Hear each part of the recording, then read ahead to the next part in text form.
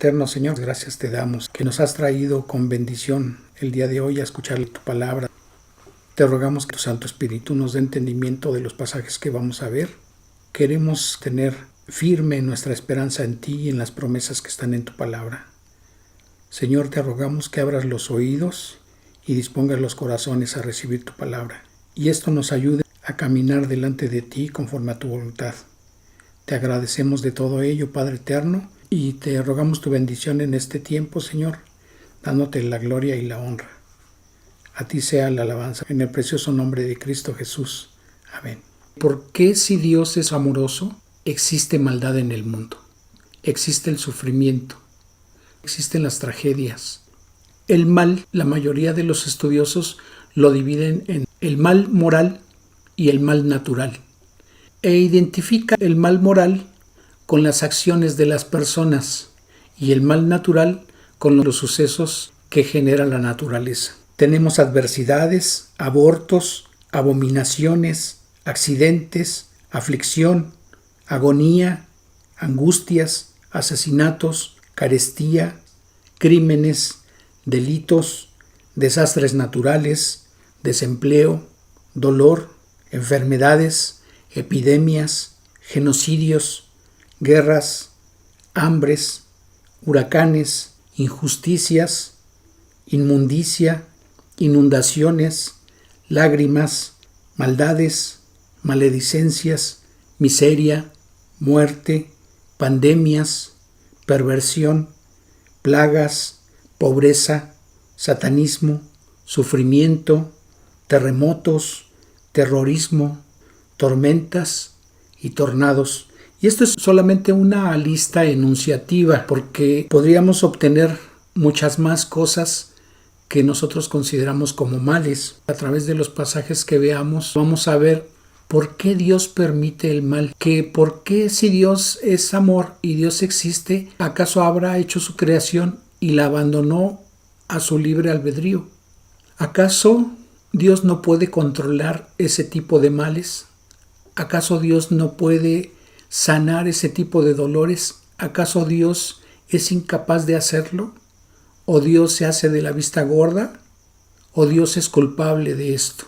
Porque muchas veces es el argumento que toman los inconversos, los incrédulos, los ateos, para decir que Dios no existe. Trataremos de dar la respuesta de acuerdo a lo que Dios nos ha mostrado en su palabra, para que haya paz en medio de los tiempos en que se hace esa pregunta. Vamos a ver primero lo que nos describe el libro de Lucas en el capítulo 13, versículo 1. En este mismo tiempo estaban allí algunos que le contaban acerca de los galileos cuya sangre Pilato había mezclado con los sacrificios de ellos.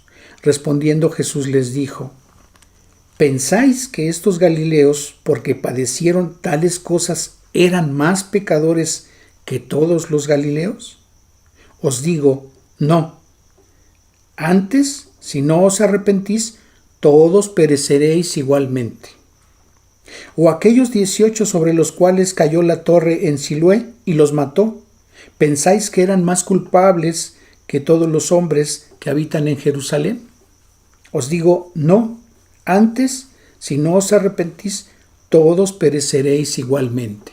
¿Y por qué les dijo esto el Señor a quienes estaban en ese momento con Él? Muchas veces las personas se preguntan, ¿por qué a esa persona que era buena, que no hacía mal a nadie, por qué le pasó un accidente y murió? ¿Por qué un ebrio lo atropelló quizá?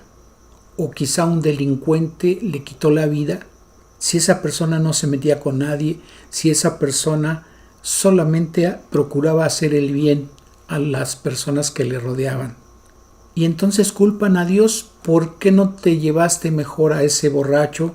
¿Por qué no te has llevado mejor a ese delincuente? Y en cambio le quitaste la vida, o permitiste que le quitaran la vida a esa persona que sus seres queridos consideran que era buena persona. Y en este pasaje que acabamos de leer, el Señor les está diciendo que no es porque esa persona fuera más pecadora, y está hablando aquí de un arrepentimiento. Les está diciendo a sus oyentes que tienen que arrepentirse porque de todas maneras van a morir en la forma en que les toque. Es decir, todos tenemos un final al cual vamos a llegar. Vamos a tener un final. Puede ser de un accidente, puede ser en manos de un delincuente, puede ser de una enfermedad o muerte natural. Pero ¿cuál es el origen de los males? ¿Cuál es el origen del sufrimiento en la humanidad? Dice el capítulo 2 de Génesis en el versículo 8. Y Jehová Dios plantó un huerto en Edén al oriente y puso allí al hombre que había formado. Versículo 16. Y mandó Jehová Dios al hombre diciendo: de todo árbol del huerto podrás comer, mas del árbol de la ciencia del bien y del mal no comerás, porque el día que de él comieres, ciertamente morirás. Dice Génesis 3, a partir del versículo 1. Pero la serpiente era astuta más que todos los animales del campo que Jehová Dios había hecho, la cual dijo a la mujer: ¿con que Dios os ha dicho, no comáis de todo árbol del huerto? Entonces la serpiente dijo a la mujer: no moriréis, sino que sabe Dios que el día que comáis de él serán abiertos vuestros ojos y seréis como Dios, sabiendo el bien y el mal. Si vemos aquí, la serpiente lo que está haciendo es torcer lo que Dios había mandado al hombre. ¿En qué sentido? La serpiente les está diciendo que Dios les había prohibido que comieran de ese fruto porque Dios sabía que el día que lo hicieran sus ojos iban a ser abiertos y entonces iban a tener la sabiduría de Dios. Fíjense lo que dice el versículo 6. Y vio la mujer que el árbol era bueno para comer y que era agradable a los ojos. Había una atracción y era árbol codiciable para alcanzar la sabiduría. Y aquí en esa frase se revela lo que estaba viendo la mujer. Para ella era la oportunidad que aparentemente tenía de poder tener la sabiduría de Dios. Y tomó de su fruto y comió, y dio también a su marido, el cual comió, así como ella. Entonces fueron abiertos los ojos de ambos y conocieron que estaban desnudos. Entonces, a partir de ese momento, en la mente de ellos se estaban dando pensamientos que antes no tenían, pues Dios así los había creado y así vivían, sin tener en el pensamiento que era malo andar desnudos. Ahora, a partir de ese momento, para ellos era algo malo, algo vergonzoso, siendo que Dios nunca les había mostrado eso. Ahora, ¿en qué sentido eran abiertos sus ojos, además de este pensamiento que acababan de tener? A partir de ese momento, el hombre, es decir, la humanidad, iba a poder discernir según su propia sabiduría, según su propio criterio, qué es bueno y qué es malo. Y lo vemos reflejado muy drásticamente en nuestros días. Ahora, para la mayoría de la gente, no es malo que un hombre se case con otro hombre, que una mujer se case con otra mujer, o inclusive que tengan otro tipo de perversiones más allá, y que hace algunos años era algo sucio, era algo feo, era algo inmoral. Pues la palabra dice que Dios creó varón y hembra, y no habla de una tercera opción, o no habla de que haya opción. Al varón lo creó como tal y a la mujer como tal, y no con la idea de pretender querer ser lo que Dios no hizo con ellos al momento de darles vida. A partir de ese momento, también en nuestros días, mucha gente ve como algo normal el aborto, y argumentan las personas que están a favor del aborto que la mujer puede hacer lo que quiera con su cuerpo, pero están manipulando las cosas en su favor, porque el ser del cual se deshacen no es parte de su cuerpo, se está formando dentro de su cuerpo, pero no es parte de su cuerpo. Entonces, ¿cómo es posible que se deshagan de un ser indefenso, de un ser que no puede protestar, de un ser que no se puede defender? La Biblia nos da luz al respecto y nos da a entender que no solamente le están quitando la vida a un ser humano, sino que le están quitando la vida a muchos miles de seres humanos. Porque en la genética del varón se encuentra contenida la vida que probablemente se podría generar a través de las oportunidades que ese ser pudiera tener a lo largo de sus años en generar más seres humanos. Entonces no están quitándole la vida a un ser humano nada más, sino a muchos miles. Pero suponiendo que solamente fuera un ser humano, aún así están terminando con una vida de otra persona. Y entonces para estas personas llaman algo bueno cuando en realidad es algo que Dios reprueba, algo que Dios no permite. Y así como eso, hay muchas cosas que, a pesar de que son malas o que son parte de la maldad que se genera por las acciones humanas, la mayoría de las personas los acepta como algo bueno. Entonces, a esto se refieren estos versículos en el sentido de que los ojos de ellos fueron abiertos. Entonces, a partir de ese momento, ellos iban a poder decidir qué sería bueno y qué sería malo. Y a partir de ese momento torcieron las cosas que están escritas en la Biblia y que Dios prohíbe porque es malo para el hombre, es malo para la humanidad. Sin embargo, ellos las torcieron. ¿Por qué? Porque es una forma en que ellos rompen la dependencia de Dios para hacer lo que ellos quieren. Pero lo que no se dan cuenta es que es en propio perjuicio de ellos mismos. En principio hay estudios que demuestran que la mayoría de las mujeres que abortan tienen un sufrimiento posterior al aborto y su conciencia les acusa de que le han quitado la vida a ese ser humano, han permitido que se les quite la vida a esos seres humanos que ya no les dieron la oportunidad de nacer. Pero bueno, vamos a continuar. Entonces conocieron que estaban desnudos, dice el versículo 7. Y fíjense lo que dice Isaías en el capítulo 5, en los versículos 20 y 21. Ay de los que a lo malo dicen bueno y a lo bueno malo, que hacen de la luz tinieblas y de las tinieblas luz. Es decir, que de las cosas que son de Dios, ellos lo ven como algo malo, y de lo que procede de las tinieblas, para ellos es algo bueno. Y que ponen lo amargo por dulce y lo dulce por amargo. Ay de los sabios en sus propios ojos y de los que son prudentes delante de sí mismos. Eso es lo que Dios está advirtiendo. Hay de ellos que tuercen las cosas, hay de ellos que dicen que lo malo es bueno y lo bueno es malo. ¿Por qué? Porque ahora en muchos lugares, en muchos países, están prohibiendo que se tenga un acercamiento a la Biblia. Hay prohibición acerca de lo que dice Dios. Entonces, están limitando la creencia. ¿Por qué? ¿Por qué tienen que prohibir la Biblia o creer en lo que Dios dice?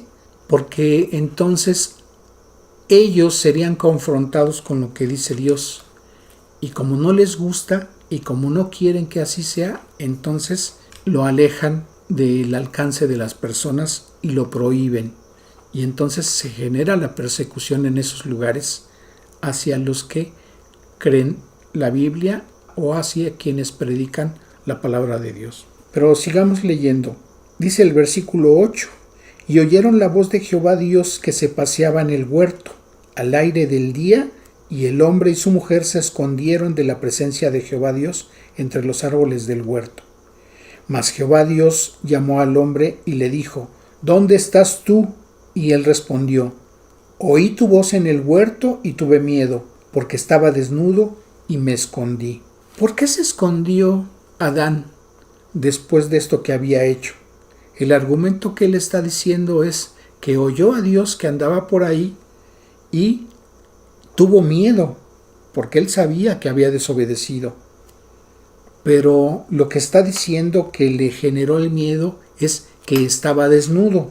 Dice el libro de Juan en el capítulo 3, en los versículos 19 y 20, y esta es la condenación, que la luz vino al mundo y los hombres amaron más las tinieblas que la luz, porque sus obras eran malas. Porque todo aquel que hace lo malo aborrece la luz y no viene a la luz, para que sus obras no sean reprendidas.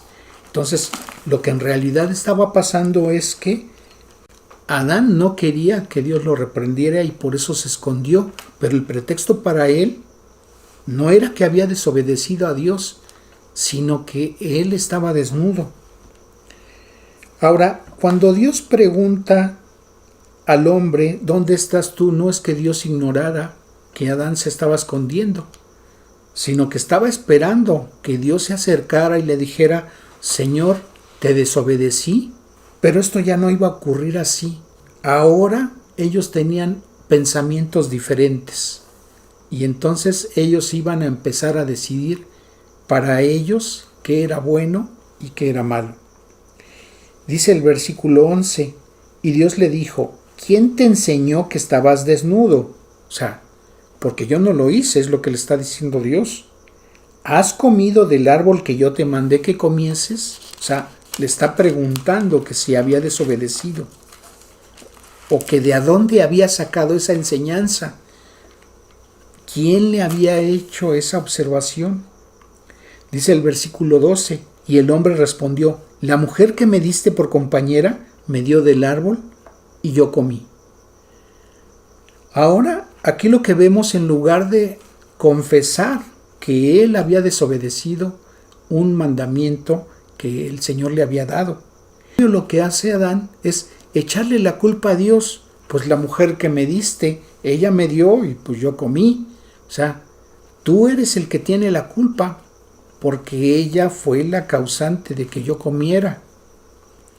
Entonces, él no está reconociendo que había desobedecido a Dios. Y lo que hace la humanidad es eso. También buscar culpables para no tomar la responsabilidad, para no reconocer que uno es el culpable de esa decisión que se tomó. En algunas sectas, en algunas congregaciones que no tienen fundamento bíblico, hablan de espíritus. Y por ejemplo, hablan de espíritus de idolatría, de espíritus de fornicación, de espíritus de adulterio, echándole la culpa a demonios cuando se refieren a espíritus, que demonios fueron los que los obligaron o los indujeron a cometer ese tipo de pecados. ¿Y por qué lo hacen así?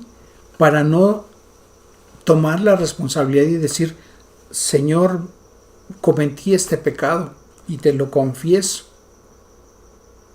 Entonces, están haciendo que el hombre se aleje de culpas y eso lo haga pensar que él no ha cometido fallas, que él no ha cometido pecados, que él no se ha equivocado al tomar decisiones que le hacen mal a él. Si el niño que va a la escuela reprueba el año porque no estudió, porque no entregó tareas, entonces dice, el maestro o la maestra me reprobó y no asume su responsabilidad. Si imaginamos otro tipo de circunstancias, también el hombre siempre busca tener otro tipo de argumentos o dar otro tipo de excusas y procura alejar la responsabilidad de él y no asume su responsabilidad. No acepta que le digan que se equivocó, no acepta que le digan que fue su error, no acepta que él tuvo la culpa. Entonces prefiere argumentar otro tipo de cosas para echar la culpa a los demás. Ahora, esto de echar la culpa a otro es mentir, es un pecado y además está dando falso testimonio. Y observen cuántos pecados se cometen en ese momento. Mentira, falso testimonio, no decir verdad, no honrar al padre, a la madre, si se les está mintiendo, si se le está causando daño o robo a un prójimo y esa persona está dando otra excusa o otra cosa que no lo incrimine, pues también está faltando a ese mandamiento. Entonces, el hombre en este versículo le está echando la culpa a Dios y no asumió su responsabilidad. Dice el versículo 13, entonces Jehová Dios dijo a la mujer, ¿qué es lo que has hecho? Y dijo la mujer, la serpiente me engañó y comí. Y volvemos aquí a ver que la mujer tampoco asume su responsabilidad de decir que desobedeció, sino que culpa también a la serpiente, que es parte de la creación de Dios. Entonces, indirectamente también le está echando la culpa a Dios. Dice el versículo 14, y Jehová Dios dijo a la serpiente, por cuanto esto hiciste, maldita serás entre todas las bestias y entre todos los animales del campo. Sobre tu pecho andarás y polvo comerás todos los días de tu vida. Y pondré enemistad entre ti y la mujer, y entre tu simiente y la simiente suya. Esta te herirá en la cabeza y tú le herirás en el calcañar. A la mujer dijo también, multiplicaré en gran manera los dolores en tus preñeces. Con dolor darás a luz los hijos, y tu deseo será para tu marido, y él se enseñoreará de ti. ¿Qué es lo que está revelando este versículo? Que Dios no había hecho a la mujer de manera que padeciera dolores durante sus partos. Pero a partir de ese momento, como había pecado, ahora ella iba a padecer esos dolores. Y también está diciendo aquí que el marido de ella se iba a enseñorear de ella. Dice el versículo 17, y al hombre dijo, por cuanto obedeciste la voz de tu mujer. Entonces, como el hombre había culpado a la mujer, bueno, entonces le dice Dios, y comiste del árbol que te mandé, diciendo, no comerás de él, maldita será la tierra por tu causa. Y como el hombre había culpado a la mujer, o por causa de ella, él había comido, desobedeciendo a Dios, entonces Dios le dice al hombre, maldita será la tierra por tu causa, con dolor comerás de ella todos los días de tu vida. Espinos y cardos te producirá y comerás plantas del campo. Con el sudor de tu rostro comerás el pan hasta que vuelvas a la tierra, porque de ella fuiste tomado, pues polvo eres y al polvo volverás. Entonces lo que Dios le está diciendo es que si antes la tierra, sin gran esfuerzo de el hombre, le daba sus frutos, entonces ahora a partir de ese momento, la maldición a que se refiere el versículo 17 es que ahora la tierra iba a producir requiriendo de un mayor esfuerzo del hombre. Entonces, ahora iba a disminuir la bendición, iba a disminuir la producción de la tierra.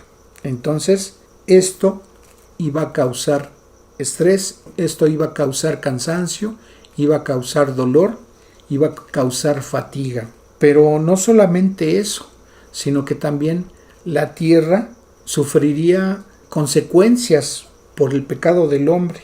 Y al efecto vemos lo que dice Romanos 8, versículo 21. Porque también la creación misma será libertada de la esclavitud de corrupción a la libertad gloriosa de los hijos de Dios. Dice el versículo 20, porque sabemos que toda la creación gime a una y a una está con dolores de parto hasta ahora. Entonces, así como la mujer se estremece por los dolores de parto cuando va a tener un alumbramiento, cuando va a nacer su bebé, de esa manera dice la palabra de Dios que la tierra se estremece, que la tierra sufre como si tuviera dolores de parto.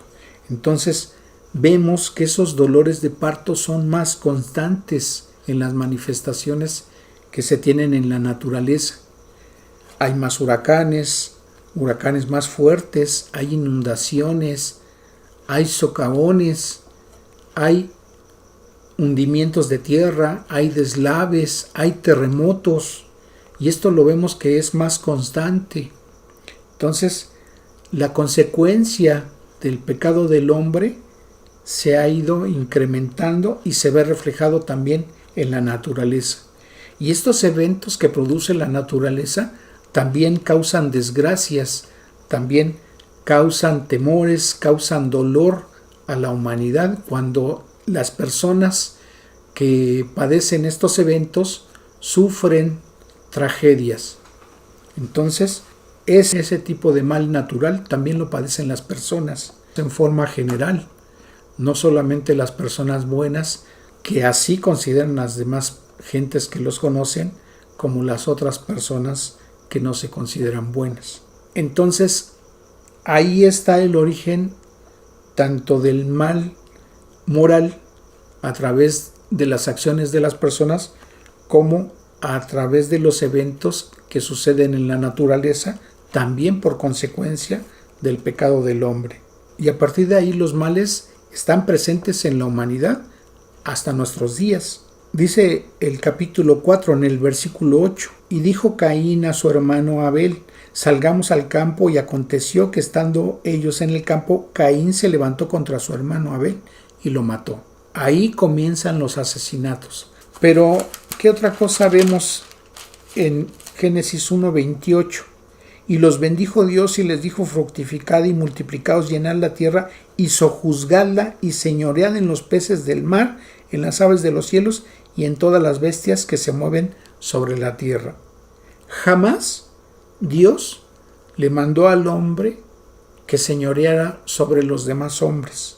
Dios no quería que el hombre tuviera gobernantes. Dios quería dirigir la vida del hombre. Y sin embargo, al ser abiertos los ojos del hombre, el hombre decidió que otros hombres estuvieran guiándolos, estuvieran gobernándolos. ¿Por qué? Porque querían desligarse de Dios, querían desligarse de los mandamientos de Dios, querían desligarse de la guía de Dios. ¿Y esto para qué? Para no obedecerlo, para no tener nada que ver con Dios, para torcer los mandamientos de Dios, para elegir su propio camino. Y dice el versículo 31: y vio Dios todo lo que había hecho, he aquí que era bueno en gran manera. Dios está observando que lo que él había hecho era bueno en gran manera. Ahora, hemos dicho que Dios le dio al hombre libre albedrío, porque también hay personas que se cuestionan, bueno, si Dios no hubiera dejado ese árbol del conocimiento y del bien y del mal, pues el hombre jamás hubiera pecado, porque no fueran abiertos sus ojos, y entonces el hombre no hubiera decidido qué camino tomar. Aquí la cuestión es que Dios nunca quiso crear seres que fueran como robots, crear seres que solamente le obedecieran, sino crear seres que pudieran tener esa capacidad de poder decidir y seguirle y obedecerle y amarle con pleno convencimiento, con plena decisión de poder elegir amarle y seguir a Dios y obedecerle, porque el hombre, porque su creación así lo decidiera, y no porque Dios le obligara. Cuando el hombre sigue a Dios, Dios le revela cosas. Dios escogió a Abraham para empezar a formar al pueblo hebreo. Dice el capítulo 18 de Génesis, en una de las apariciones que tuvo Dios delante de Abraham, dice el versículo 17: y Jehová dijo: ¿encubriré yo a Abraham lo que voy a hacer, habiendo de ser Abraham una nación grande y fuerte, y habiendo de ser benditas en él todas las naciones de la tierra? Porque yo sé que mandará a sus hijos y a su casa después de sí, que guarden el camino de Jehová, haciendo justicia y juicio, para que haga venir Jehová sobre Abraham lo que ha hablado acerca de él. Entonces Jehová le dijo: por cuanto el clamor contra Sodoma y Gomorra se aumenta más y más, y el pecado de ellos se ha agravado en extremo, descenderé ahora y veré si han consumado su obra según el clamor que ha venido hasta mí, y si no, lo sabré. Dios iba a destruir a Sodoma y a Gomorra, pero se lo hizo saber a Abraham. ¿Por qué? Porque en medio de Sodoma y Gomorra, entre sus habitantes, estaba su sobrino Lot.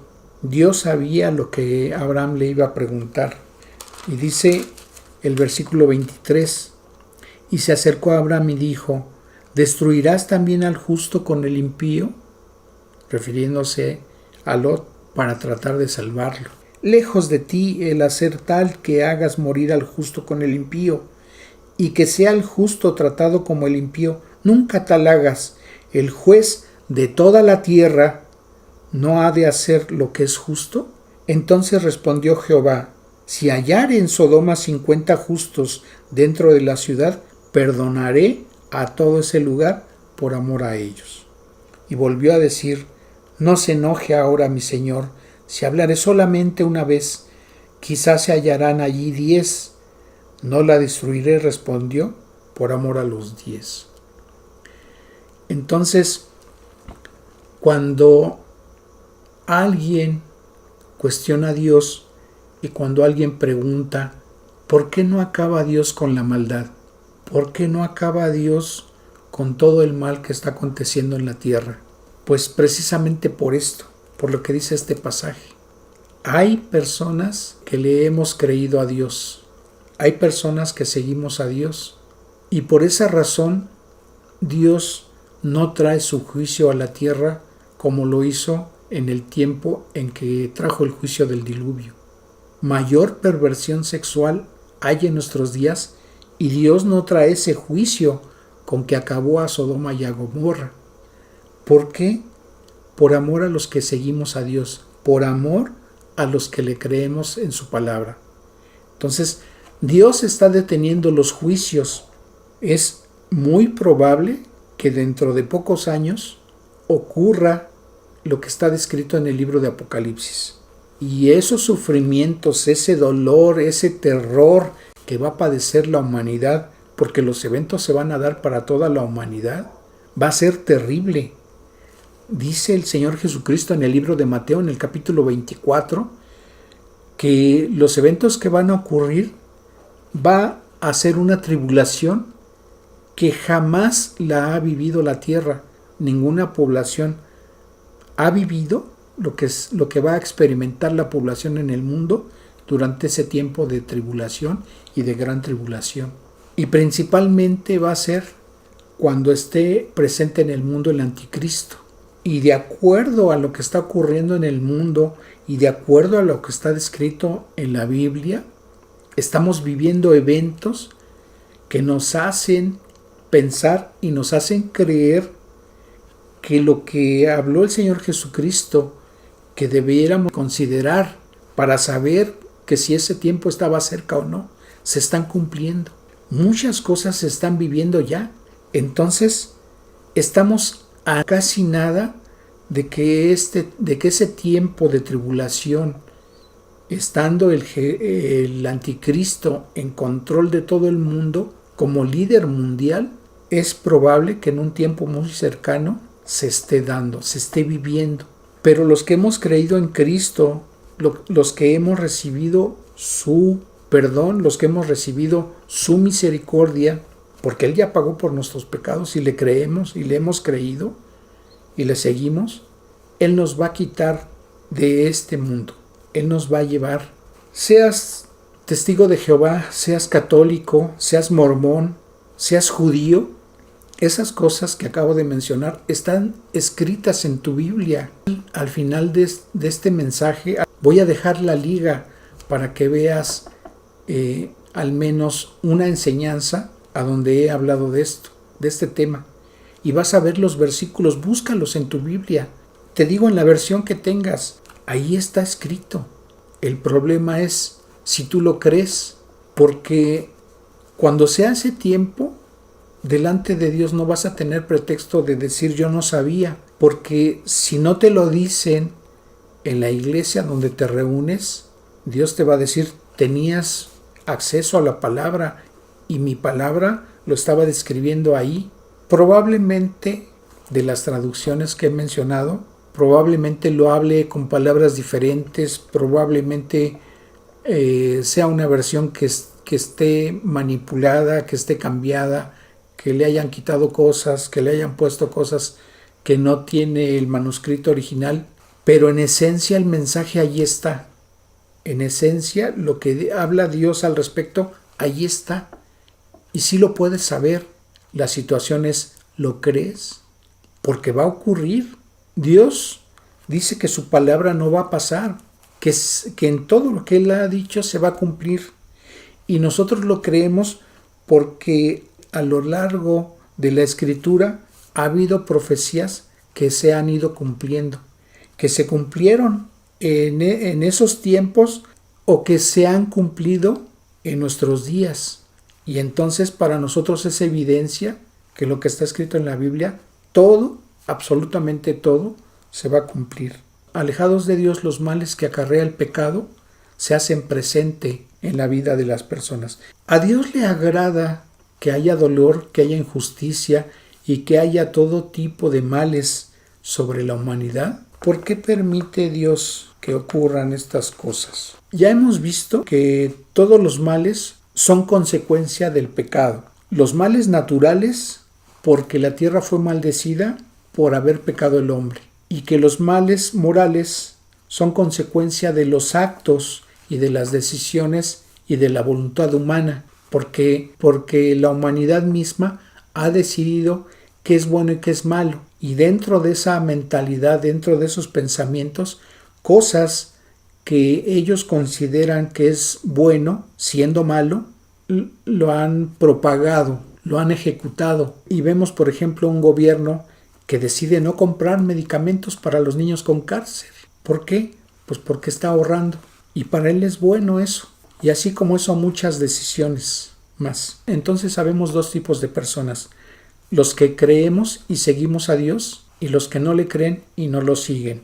Los que confiamos y esperamos en Dios, y los que no confían ni esperan en Dios. Pero nos dirían a nosotros: bueno, si ustedes confían, si ustedes creen en Dios, si ustedes le siguen, si ustedes son de Dios, ¿por qué les suceden las mismas cosas que a nosotros, que no le seguimos, que no le creemos, que no le adoramos, que no le alabamos? ¿Por qué también les acontecen accidentes? ¿Por qué también padecen enfermedades? ¿Por qué también padecen en manos de la delincuencia? ¿Por qué también padecen en desastres naturales? ¿Por qué les acontecen los mismos males?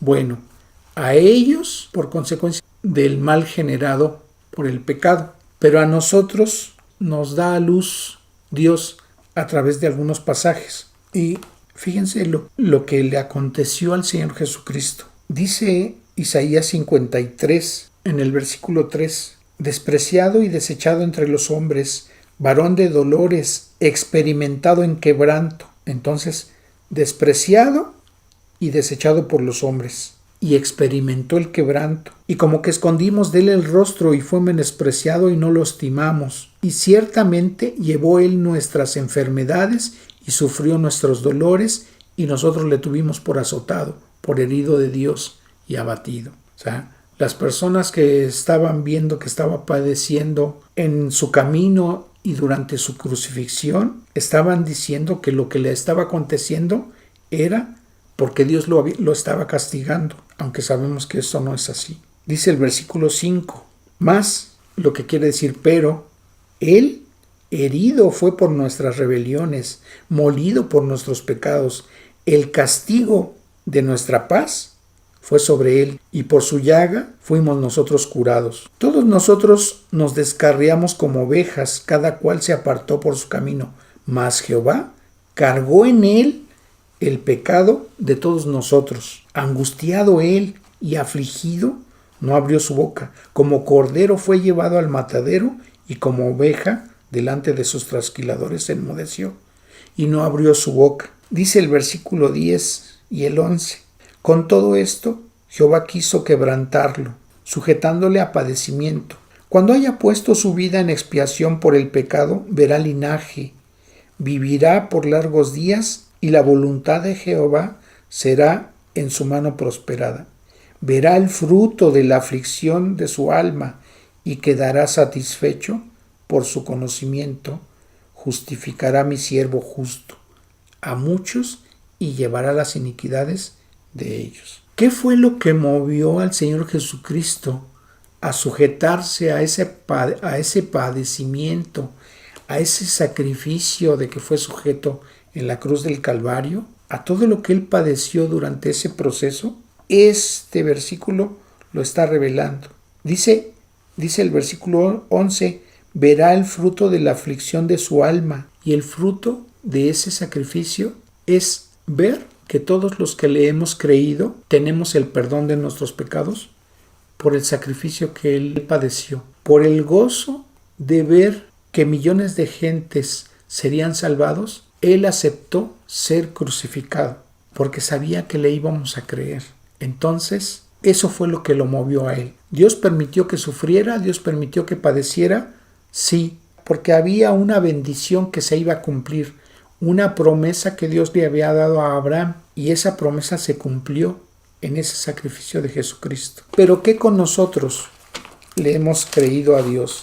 Dice la primera epístola de Pedro, en el capítulo 1, a partir del versículo 3. Bendito el Dios y Padre de nuestro Señor Jesucristo, que según su grande misericordia nos hizo renacer para una esperanza viva por la resurrección de Jesucristo de los muertos, para una herencia incorruptible, incontaminada e inmarcesible, reservada en los cielos para vosotros, que sois guardados por el poder de Dios mediante la fe, para alcanzar la salvación que está preparada para ser manifestada en el tiempo postrero, en lo cual vosotros os alegráis, aunque ahora por un poco de tiempo, si es necesario, tengáis que ser afligidos en diversas pruebas. Entonces, Dios en su palabra nos está diciendo que también nosotros tendríamos que ser afligidos a través de pruebas. ¿Para qué? Dice el versículo 7, para que sometida a prueba vuestra fe, o sea, nuestra fe tiene que ser probada para que nosotros observemos si en verdad estamos creyendo en Dios, si en verdad estamos confiando en Dios, si en verdad está puesta nuestra esperanza en Dios, en el Dios de la Biblia. Entonces, para que sometida a prueba vuestra fe, mucho más preciosa que el oro, el cual, aunque perecedero se prueba con fuego, sea hallada en alabanza. ¿Sea hallada qué? Nuestra fe. Que nuestra fe sea hallada en alabanza en medio de esas pruebas. Gloria y honra cuando sea manifestado Jesucristo, a quien amáis sin haberle visto, en quien creyendo, aunque ahora no lo veáis, os alegráis con gozo inefable y glorioso. Y dice el versículo 18, sabiendo que fuisteis rescatados de vuestra vana manera de vivir, la cual recibisteis de vuestros padres no con cosas corruptibles como oro o plata, sino con la sangre preciosa de Cristo, como de un cordero sin mancha y sin contaminación, ya destinado desde antes de la fundación del mundo, pero manifestado en los postreros tiempos por amor de vosotros. ¿Qué es lo que está diciendo este versículo 20? Ya destinado, ¿quién? El Señor Jesucristo, desde antes de la fundación del mundo, pero manifestado en los postreros tiempos por amor de vosotros. Dios ya sabía que el hombre iba a pecar, ya sabía que el hombre estaba perdido a partir de ese momento en que pecara. Dios ya lo sabía. Y si observamos lo que dice el libro de Génesis en el capítulo 3, en el versículo 15, lo está revelando Dios. Dice, y pondré enemistad entre ti y la mujer, y entre tu simiente y la simiente suya. La simiente no viene de la mujer, la simiente viene del hombre. Por eso se deriva la palabra semen, porque es de simiente. Entonces, cuando aquí está hablando de la simiente suya, se está refiriendo a la mujer de la cual el Señor Jesucristo iba a nacer, a la cual Dios iba a utilizar para hacerse presente en forma humana. Entonces aquí se está refiriendo a María, a la madre de Cristo. A esa simiente se está refiriendo, a esa promesa que Dios le estaba dejando al hombre aquí. Y esa promesa se cumple en la persona de Cristo. Y lo recuerda aquí la carta de Pedro en estos dos versículos 19 y 20 de la primera carta de Pedro. Sino con la sangre preciosa de Cristo como de un cordero sin mancha y sin contaminación, ya destinado desde antes de la fundación del mundo, pero manifestado en los postreros días por amor de vosotros. Entonces, Dios sabía que el hombre, a partir del momento en que iba a pecar, estaba perdido, no tenía remedio, no tenía perdón, estaba condenado ya. Pero Dios, en su infinita misericordia, nos trae la solución a ese gran problema que tenía el hombre y nos da la oportunidad de tener la salvación a través de creer en la obra redentora del Señor Jesucristo. Entonces sigue diciendo la primera carta de Pedro en el capítulo 3, versículo 14. Mas también si alguna cosa padecéis por causa de la justicia, bienaventurados sois por cuanto no os amedrentéis por temor de ellos ni os conturbéis. Y dice el versículo 17, porque mejor es que padezcáis haciendo el bien si la voluntad de Dios así lo quiere que haciendo el mal. Es decir, si haciendo el mal hay consecuencias de dolor, de sufrimiento para la persona que lo hace, pues mejor tener padecimiento haciendo el bien. Dice el capítulo 4, entre los versículos 3 al 5, baste ya el tiempo pasado para haber hecho lo que agrada a los gentiles, andando en lascivias, concupiscencias, embriagueces, orgías, disipación y abominables idolatrías. A estos les parece cosa extraña que vosotros no corráis con ellos en el mismo desenfreno de disolución y os ultrajan, pero ellos darán cuenta al que está preparado para juzgar a los vivos y a los muertos.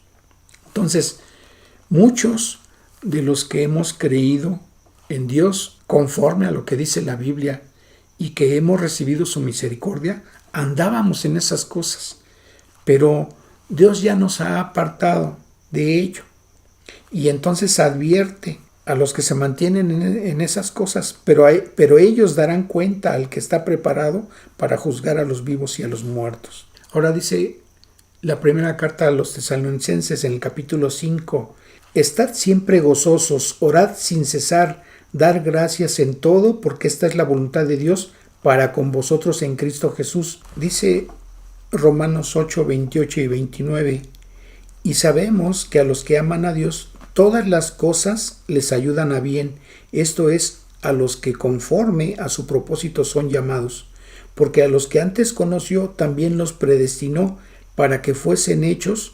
conformes a la imagen de su Hijo, para que Él sea el primogénito de entre muchos hermanos. Entonces, ¿qué es lo que Dios nos está diciendo aquí? Que Él está permitiendo todas las cosas que padecemos para formar en nosotros el carácter de Cristo. Él quiere que seamos a la imagen de su Hijo. Y así como Él prueba nuestra fe, entonces nos quiere conformar a su imagen. ¿Por qué? Porque también somos sus hijos. Y quiere Él que seamos como Cristo, que lleguemos a estar conformados conforme a su carácter. Así nos tiene predestinados. Esta es la finalidad que Dios está poniendo delante de nosotros, que entendamos que las pruebas y las cosas que padecemos en este mundo mientras estamos aquí es para llevarnos a ese fin. ¿Dios va a acabar con todos los males? Sí. ¿En qué momento? Él tiene tiempos establecidos que dice su palabra.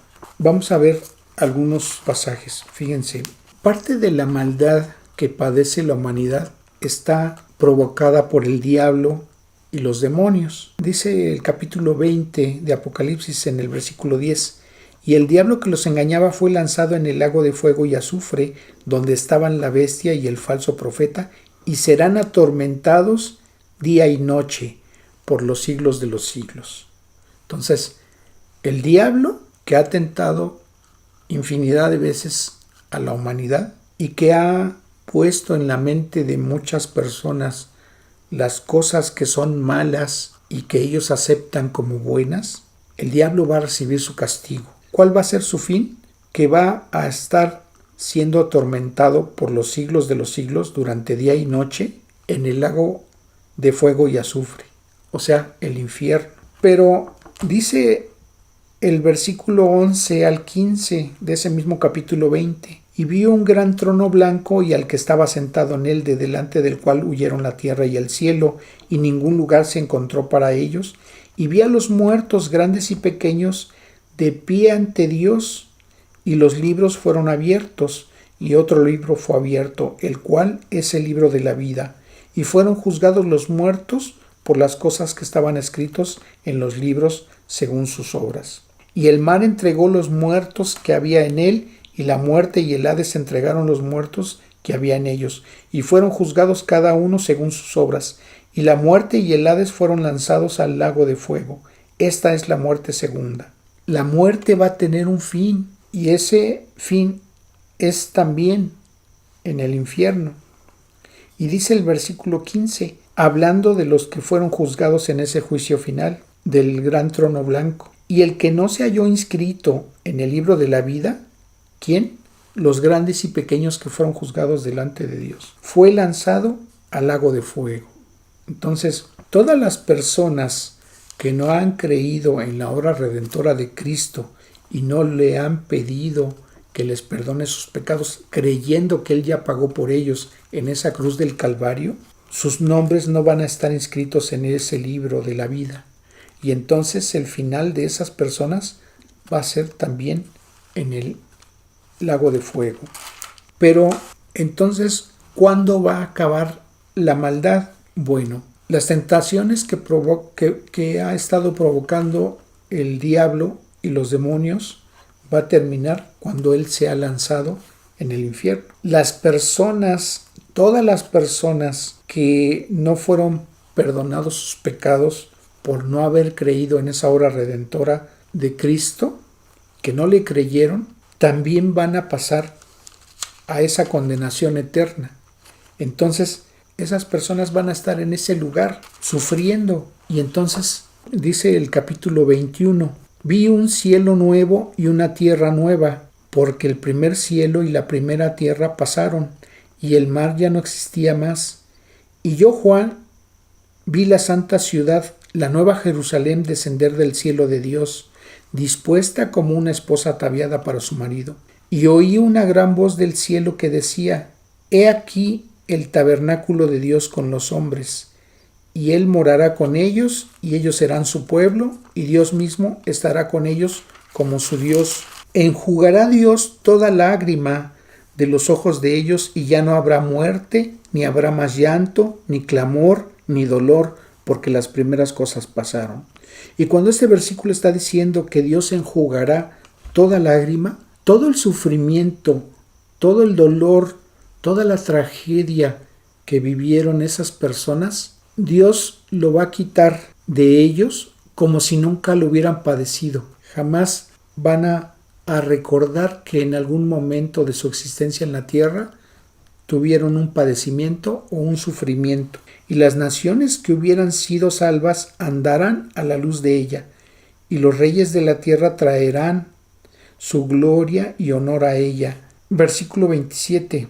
No entrarán en ella ninguna cosa inmunda o que hace abominación y mentira, sino solamente los que están inscritos en el libro de la vida del Cordero. Y no habrá más maldición, y el trono de Dios y el Cordero estará en ella, y sus siervos le servirán. Y verán su rostro, y su nombre estará escrito en su frente. No habrá allí más noche, ni tienen necesidad de luz de lámpara, ni de luz del sol, porque Dios, el Señor, los iluminará, y reinarán por los siglos de los siglos. Entonces dice el versículo 4, y verán su rostro. Entonces, al Dios, nuestro Creador, en el cual creemos, nosotros lo vamos a ver, y lo vamos a ver cara a cara. Y a ese Dios que dicen muchos que no existe porque no le ven, Él es real, y nosotros vamos a estar delante de su presencia. Si Dios hoy ha hablado a tu vida y quieres entregarle tu vida a Cristo, y quieres que tu nombre esté inscrito en ese libro de la vida, Dios hoy te está dando la oportunidad de que tus pecados sean perdonados y ser uno más de sus hijos. Cierra tus ojos y dile esto. Dios Todopoderoso, Señor, hoy he entendido por qué tú permites el mal en el mundo. Sabemos que no te agrada porque tú no creaste el mal, pero lo estás permitiendo porque hay propósitos. Señor, delante de ti reconozco que soy pecador pero también he escuchado que tú permitiste que tu Hijo Jesucristo fuera crucificado en esa cruz del Calvario. Y en esa cruz del Calvario Él dio su vida, derramando toda su sangre. He escuchado que todos mis pecados fueron puestos en su cuerpo, que Él cargó con mis pecados y Él recibió el castigo que yo merecía, que Él ocupó mi lugar recibiendo ese castigo. Y ahora que lo sé y que le creo, sé también que entonces mis pecados han sido pagados. Señor, yo me arrepiento de mis pecados porque por mi culpa y por mis pecados el Señor Jesucristo tuvo que padecer esa crucifixión y poner de por medio su vida y derramar su santa sangre. Y sé que su santa sangre es útil para que mis pecados sean borrados. No porque hayas pasado por alto mis pecados, Señor, sino porque Él ya los pagó. Él quiso que yo no padeciera esa condenación, ese pago, porque jamás hubiera podido librar esa condenación, ni jamás hubiera podido cubrir ese pago. Y ahora que me das la oportunidad, Señor, de poder recibir el perdón, yo te ruego que perdones mis pecados, te ruego que me brindes tu misericordia y que reconozco a partir de este momento al Señor Jesucristo como mi Salvador. Y yo abro mi corazón para que more tu Santo Espíritu en mí y hagas de mí la persona que tú quieres que yo sea. Señor, te agradezco tu perdón, te agradezco tu misericordia y lo que a partir de hoy vas a hacer de mí. Señor, te agradezco reconociendo los méritos de mi Salvador Jesucristo y en ese precioso nombre te doy gracias. Amén. Si tú has creído en tu corazón estas palabras que le has dicho a Dios y Dios lo ha mirado así, Él te ha perdonado y nosotros te damos la bienvenida a la familia de Dios. Que Dios te bendiga. Vamos a terminar con una oración. Te agradecemos, Señor, la bendición de tu palabra. Ayúdanos a caminar en tu voluntad. Ayúdanos a pasar las pruebas sabiendo que después de las pruebas vendrán las bendiciones. Señor, ayúdanos a tener alabanza hacia ti en medio de esas pruebas. Y te agradecemos por ello, Dios. Te rogamos, Señor, que a nuestros hermanos en la fe que están padeciendo de enfermedades, sé tú con ellos. No permitas que nadie de ellos caiga en desánimo. Señor, tu provisión no falte en sus mesas, no falte en ninguna de sus necesidades. Cubre todas sus necesidades. Señor, sabemos que estás cumpliendo propósitos en lo que estás permitiendo en la vida de cada uno de tus hijos. Pero, Señor, te rogamos que prevalezca la paz en sus corazones y en sus pensamientos, sabiendo que tú tienes el control de todas las circunstancias por las que cada quien atraviesa. Señor, prospérales en todo y bendíceles, guía sus vidas. Por favor, te lo rogamos, Padre. Que las vidas de todos nosotros sean guiadas por ti, Padre, en medio de cada paso que damos en este mundo y que lo hagamos con gozo, con alegría, hasta el momento en que tú nos lleves a tu presencia. Te agradecemos, Padre eterno, en el precioso nombre de Cristo Jesús. Amén. Que Dios les bendiga.